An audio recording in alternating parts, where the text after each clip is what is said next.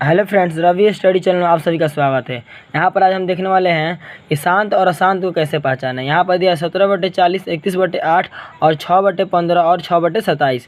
तो आप 40 को लिख सकते हैं या 17 को तो ऐसे सेम ही लिखा जाता है, और 40 को लिख सकते हैं 2 गुणे 2 गुणे 2 गुणे 5, 2 दूना 4, 4 दूना 8, 8 5 40। तो इसको मतलब कि शांत को 2 गुणे 5 के रूप में होना चाहिए, तो इसको बोलते हैं शांत।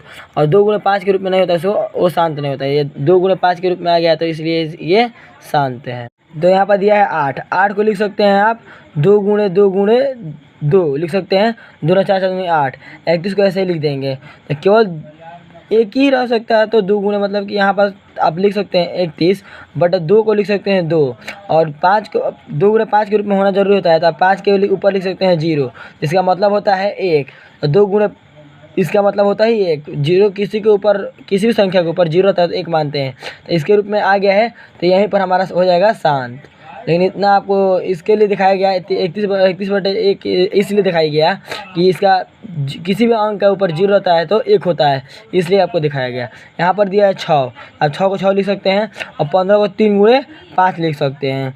तो 3 5 15 हो जाएगा, इसीलिए आप यहाँ पर 6/3 से 2 कट जाएगा, तो यहाँ पर आ जाएगा 3 दूना 6। यहाँ पर आप लिख सकते हैं 2/5, तभी शांत हो जाएगा।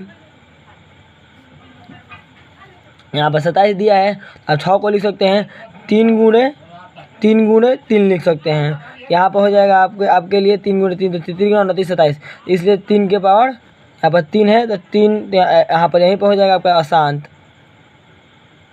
अशांत हो जाएगा, क्योंकि अब 2 गुणे 5 के रूप में नहीं है।